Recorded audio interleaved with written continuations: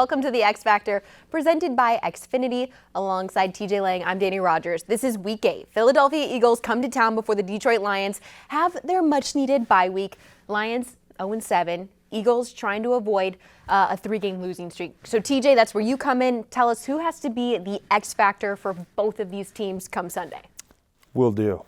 Starting with the Lions. And this is kind of a twofer. I know not only a guy that's going to have to play well this week, a unit that's going to have to play well this week, but a unit that really played well last week in my mind too. It started with the offensive line, but today we're going to highlight Penei Sewell. I think his last 2 games have seemed like he's finally starting to settle down a little bit. He's always been a monster in the run game, as we're going to see on this play. You see the movement that him and Jonah get on the double team. I mean, that's just taking a guy completely out of the play, getting up to the second level, walling off his linebacker, giving DeAndre Swift a nice hole to get up in there for 8 yards. Sewell has been playing, I would say, with a heck of an attitude the last couple weeks. I think we all saw this past game him and Aaron Donald getting into it, and that's not really a guy you want to tick off too much when you're talking about Aaron Donald, but he stepped up to the challenge and he did not back down. But the one area of improvement that I think he has made the last couple weeks that he has taken major strides in is the pass protection. And you take a look, and Leonard Floyd, who's a really speedy guy out on the edge, he's going to get a really nice jump on Sewell. Kind of throws his footwork off at first, but there's no panic, right? He's just going to stay patient.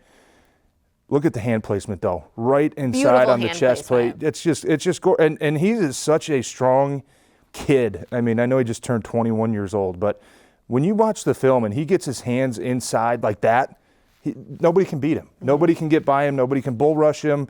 You just can't get off of the clamps that he throws on guys. And also, Jared Goff did a really nice job this past week of being where he was supposed to be in the pocket. When you saw against Cincinnati, there was a couple plays where he's 10, 11, 12 yards deep. That's really hard on the tackles because, you can't see where the quarterback is. You think, okay, I'm at 8 yards, I'm good. If my guy wants to go wide, I'll let him go wide. Jared Goff did a much better job of finding his spot in the pocket.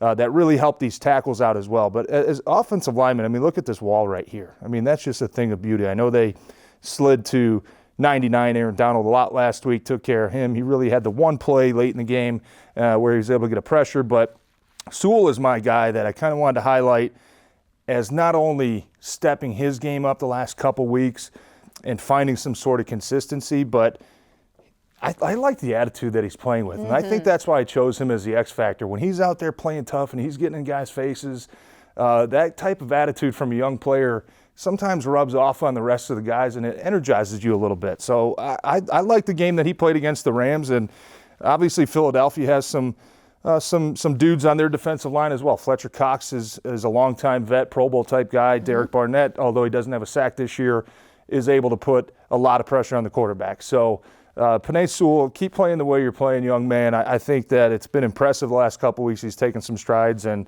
from this point on, it's about consistency. He's shown it. He's shown that he can do it now. I think that's the expectation moving forward. All right, Lions will face Nick Sirianni's Eagle squad, 2-5. They've hit some bumps in the road this season, so Lions will have to get past who in order to get this W. That's your X Factor. Really, the one guy that sticks out is Jalen Hurts. He's got a really good arm. I mean, he finds some holes. His receivers do a nice job of making some plays when they have to. Obviously, rookie receiver Devontae Smith has had a pretty nice start to his career. But when you talk about the speed that Jalen Hurts brings to their offense, I think that's what's probably the scariest. And I know the Lions, the good part is they played Lamar Jackson. They played Justin Fields. They've played, even Joe Burrow can run a little bit. They've played guys at the quarterback position that can run. Jalen Hurts leads their team in rushing yards right now. He's averaging just over 50 a game. He doesn't have a lot of explosive runs to him. I think his longest on the year is 27 or 28 yards.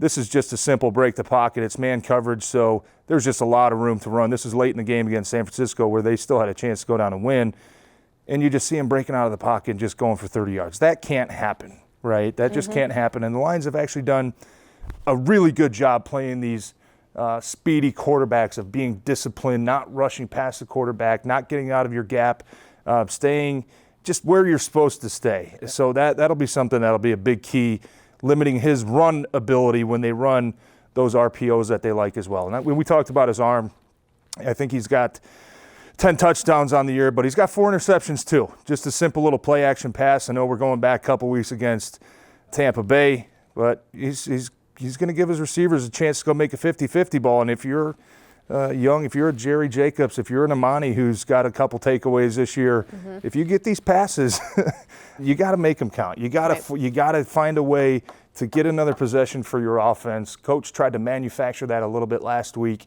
with the fake punts and the onside kick, getting more possessions offensively. Defensively, Jalen Hurts is a really nice player, but he's going to give you some chances to take the ball away, and when he does, you got to capitalize. All right, so this is a big week for the Lions. I know coming off that LA Rams game where you just mentioned a lot of trick plays, a lot of creativity in that one. What's really going to get it done for the Lions to get their first win of the season over the Eagles this Sunday, potentially? They have to put all 4 quarters together. I think offensively, we saw some nice things last week. We saw some improvements. The 10 points in the first quarter almost doubled what their first half production was the previous 4 games. But it's about doing it for all 4 quarters. You can't just go out there in the first quarter, be up 10-0 and then up 13-0 and then just kind of fizzle out. You have to make sure that you're executing. And we saw still some missed opportunities last week. The 4th and 1 failed conversion. The next possession seemed like DeAndre Swift wide open in the flat, could have been a touchdown on a 3rd down, not executed as well. So you got the bye week coming up. I know as a player you don't like to look too far ahead, but you can't help to think about it. It'd be really nice to get into that bye week with your first win, just so you get some satisfaction of, okay, it's been tough. We're 0-7, but you get that one win, it at least lets you know in your mind we're on the right track, we're doing the right things. Take the bye week, reset, regroup, take a nice rest and get back into this thing for the long stretch that's there to follow. All right, Lions, looking for that first win. Maybe it comes Halloween against the Philadelphia Eagles. For TJ Lang, I'm Dannie Rogers. That was the X Factor.